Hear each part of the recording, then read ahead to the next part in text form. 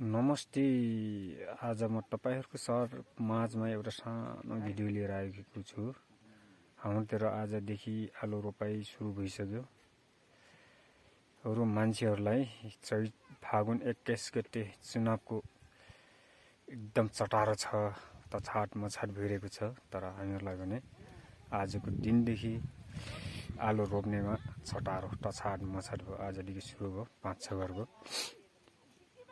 Sherlock लाएर सुरु आज भयो भनेपछि अब लाग्छ 6-7 दिनसम्म आलु रोपेको रोपै हमेल हालेर 6-7 घर मिलेर रोपिन्छ, काम गरिन्छ। छरबटाइदेखि लिएर जुनै पनि काम सबै मिलेर गरिन्छ। यो रमाइलो हुन्छ काम गर्दाखेरि, त्यस्तो साह्रो गाह्रो चाहिँ हुँदैन। हाँस खेलमै काम सकिन्छ, ठुलठुला कामहरु चाहिँ रमाइलो छ।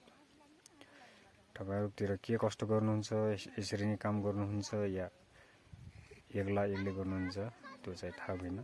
कमेन्टमा लेख्नु होला के गर्नुहुन्छ भनेर। र भिडियो हेरिसकेपछि लाइक, शेयर अनि सब्स्क्राइब गर्न नभुल्नु होला।